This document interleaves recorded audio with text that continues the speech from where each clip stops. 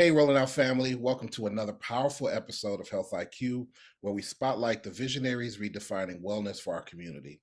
Today, we're honored to sit down with Dr. Chakika Williams, a dual board certified family and psychiatric mental health nurse practitioner and the founder of SkyRose Rejuvenation Clinic and Spa and SkyRose RCS Medical Aesthetics Academy. A mentor, healer, and industry disruptor, she's trained thousands through her Injector Confidence Gap method and continues to lead with a culturally rooted, heart centered approach. From elevating faces to uplifting futures, Dr. Williams is exchanging the face of healthcare, literally and figuratively, with boldness, brilliance, and Black excellence. Welcome, Dr. Williams. How are you today? I am great. Thank you so much for having me. It is a pleasure and an honor. Yes, I'm excited to be speaking with you.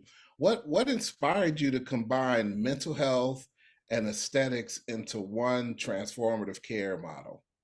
For one thing, what we deal with internally cannot be treated by what I do on the topical side, right? So you come and get your facials, you come and get your anti-aging treatments, your IV hydration, but you may be dealing with something a little bit more deeper than the superficial layer. And so I wanted to set myself apart by being that one-stop shop for all things health, wellness, and beauty. So, because I am double boarded, I am a family nurse practitioner. So, I take care of you on the primary care side. So, that is your blood pressure, that is your diabetes, that is your cholesterol, asthma, all of that.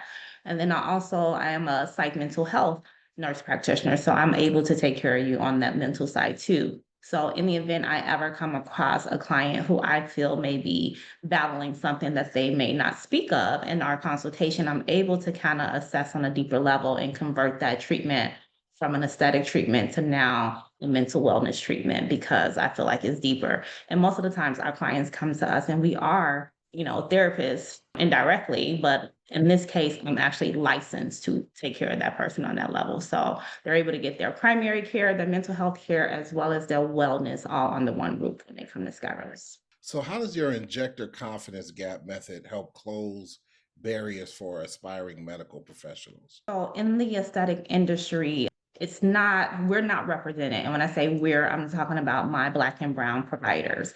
We're not as represented, we're undervalued, and we're typically overlooked in this industry. So being able to provide a platform where I can train and lead up more injectors that look like me is opening the doors for other Black and Brown providers to see someone else doing the exact same thing that they want to do or aspire to do and know that they can also do it too, but not running into some walls where we have our gatekeepers or we have our breadcrumbers. My academy strictly is to pretty much give them all the resources and the tools that they need to excel, not only as an injector, but as a business owner, if that's what they're aiming to be as well. And so we've trained to date probably over 4,000 medical professionals, and I've helped probably 10% of that open or been a part of their journey and opening their own med spa. Like currently, I am mentoring about 8 students right now that are opening their spas across pretty much the United States. So I have 3 students that are out of state, Arizona based, Georgia based, and Virginia. And then I have 5 that are here and we pretty much work remotely. I do have one that comes into person and kind of meet me, but other than that, we're working remotely. We meet on a weekly basis, and I'm guiding them from beginning up until their doors opening and opening up their own mess spa. Yeah, that's amazing. You're hands on. Very hands-on. In what ways has cultural understanding shaped your approach to care and client connection? Because most of the times I try to connect with my clients from experience, right? I started the spa for one because of things that I've experienced coming up when it came to beauty in general as a young girl, and then just always pouring into my community as well with education. Because a lot of the service we offer, it's not talked about, it's not easily accessible in some of the communities. So just kind of having that educational piece, holding workshops, free workshops, educational workshops, training them and educating them on that cultural aspect so they know that these services are also, capable for them. One of the things you hear, I'm sure you hear it all the time, is Black don't crack, right? And so I have a lot of clients that are opposed to using SPF, which is sunscreen, because Mhm. we think we don't crack. But I have a joke that I say we may not crack, but we fold and we bend. So you kind of Mhm. still want to use that. So it's just really educating them and making sure that I stay up to part two on that cultural level. So I'm always finding myself taking continuing education courses on how to treat skin of color. I actually just did a huge speaking engagement in Vegas, one of our aesthetic conferences they host it every year. A big organization that's been around for about, I don't know, maybe this is their eighth one. I was a speaker and I spoke about diversity in aesthetics, how to basically tailor your treatment plans to women of color. We don't have a lot of people who are very well educated on how to take care of skin of color. And I'm not just talking African Americans, this is for all people of color. Certain treatments we can't get, certain things we have to be educated on and know how to treat those clients. So just making sure that I always intertwine that cultural part of our history into our treatment plans as well. I like that you mentioned the sunscreen analogy when it comes to Black people. Mhm. What are some of the other misconceptions about aesthetic medicine in the Black community? That we don't do Botox, that we don't need it. And that kind of falls under that whole umbrella of, we don't crack. And education wise, our collagen is thicker. So we don't get fine lines and wrinkles as early or as easily as someone else. But because of that, we tend to lose a lot of volume in our face, which causes our folds. So it's just one of those. We do get Botox. I have 80% of my clientele is African American. And they're coming in Mhm. and they're getting their Botox treatment, they're getting their filler treatments, they're getting their facial maintenance. It's all about educating because we don't know what we don't know. So my platform is to pretty much make sure that we are putting out there the information that our clients need to know for them to book the appointment and understand why they're booking it and don't feel like they are not allowed to come and get these treatments because, society has said that it's only for a certain nationality, but we all get it. So that we don't crack, that we don't do Botox, Mhm. that we're not doing filler. We get a lot of young girls now that want lip filler for whatever reason. We do it, but I do have certain ethic behind it that I'm not going to do it if it's going to make you look unnatural. So we pride ourselves in natural results and natural rebalancing. If you're asking for something that is against my values, then I typically turn that client away. Can you talk about a moment when you realize the impact of your work extended beyond beauty? As I said, I mentor.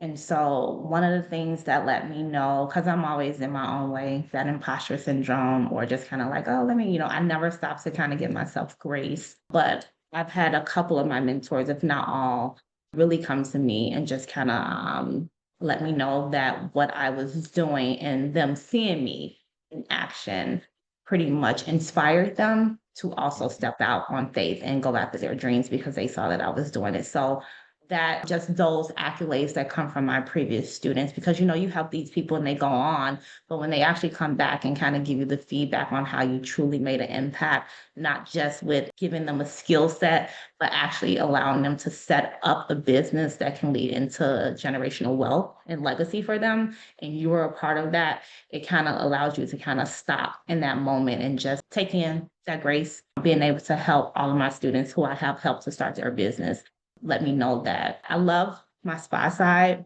the beauty side, but my academy side, everyone say that's my baby. Like I eat, sleep, and breathe, educating and mentoring and all of that. You have all these mentees, you have clientele that you're pouring into consistently. How do you maintain your own mental wellness while pouring into so many others? Being intentional with boundaries, being intentional with the word no, and being okay with saying no. So, what I do today, Wednesday, and Mondays are like my admin days. So, Monday is my true admin day, and Wednesday is my personal day. And I've been practicing this personal day probably since like summer of last year Mhm. where I don't do anything on that day if it's not benefiting my self-care, my well-being, right? If I take a call, it's because I wanted to. Otherwise, it's nail appointments, hair appointments, massages, sitting at home, not doing anything, but just kind of pouring into me. And so I've been really strategic about keeping that day for Dr. Kiki. and not allowing it to be filled with work unless I just truly have to overlap and, maybe, but otherwise everyone knows like Wednesday is my personal day and they know Monday is my admin day.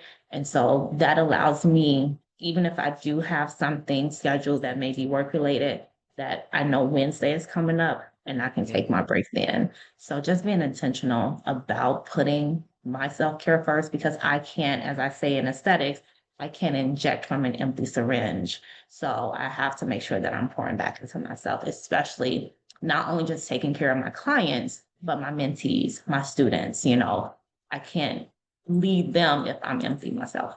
What advice would you give to Black women entering the medical aesthetic space? If they're entering it with a hope starting their own, or even just as an injector, the top three things that I always tell or give advice on is first mindset. You got to work on your mindset. This is a cutthroat industry, and depending on the area, the location, as far as state that you're in, it may not be as friendly as you're hoping it to be or easy to break into. So you got to work on your mindset to know that this journey of entrepreneurship is not easy. It is not for the weak. So that's one. So I have, call it a perfect week schedule. And so on that perfect week schedule, it literally is broken down into like 45-minute increments. And my personal development time is pretty much like 9 to 10 o'clock. So that's reading a book, listening to audio or YouTube. I listen to Eric Thomas faithfully every morning. So those are my times that I'm pouring into me. And then I do PD again at nighttime before I go to bed. So even just being intentional about pouring into myself, whether if I wasn't able to sit down and read in the car, have something playing that's pouring into me while I'm driving. So personal development, mindset. The other thing is a coach. You got to have a coach. You got to have a mentor. We cannot do this by ourselves. I tried and it was unintentionally, but when I first started my first 2 years of business, I didn't have an aesthetic coach, someone that can really show me like, okay, you don't want to do this, you may want to try that. I had a business coach my first 6 months that helped me launch, but she wasn't versed in aesthetics. So she was only able to get me so far. And so once I got into the aesthetic world, it was a whole different world. And so I'm trying to figure this out and falling on my face and getting up and dusting off. But I kept going. And then 2 years in, I found my aesthetic coach. So highly recommend getting a coach or a mentor on this journey, even if it's just a coach for just learning the aesthetics. I have a young lady who is actually inquiring now about me being her mentor because she's just trying to break into the industry, not so much start her own business. And then community. You got to get around like-minded people that's been there, people that you can go to with questions that can pour into you, that can kind of guide you as well. So it's like indirect mini coaches, that community. So those are like my top three things that I tell people looking to get into not just our industry, but any industry: mindset, a coach, and community. So, how do you see the future of culturally competent care evolving in wellness and aesthetics? We have a lot of room for growth there.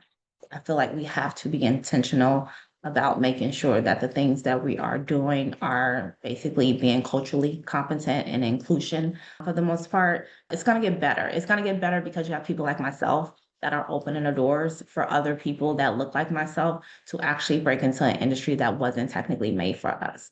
And so the more that we are putting ourselves in these positions, the more that we will be accepted in whatever industry that we pretty much step our foot into. So I feel like it's going to get better. So, how do people find you? How do they connect with you? You can connect with me on Instagram at SkyRose RCS. That is SkyRose. It is the same on Facebook, SkyRose RCS, which is SkyRose Rejuvenation Clinic and Spa. Our website is drshakikawilliams.com. That will lead you to everything Dr. Kiki, so the spa and the academy. If you go to our website, drshakikawilliams.com. And you can also contact us for the spa services at 708-966-4258, as well as on LinkedIn as Dr. Chakika Williams. Do I get to call you Dr. Kiki? You sure can. Okay, thank you. Dr. Kiki, thank you so much for joining us today. This was so amazing. I appreciate it. Thank you for the opportunity. Yes, Rolling Out family, thank you for tapping into another dose of brilliance on Health IQ. Dr. Chakika Williams is proof that when culture, care, and confidence align, lives are transformed. This is your man Precise, and as I always say, stay focused, positive, and productive. Peace.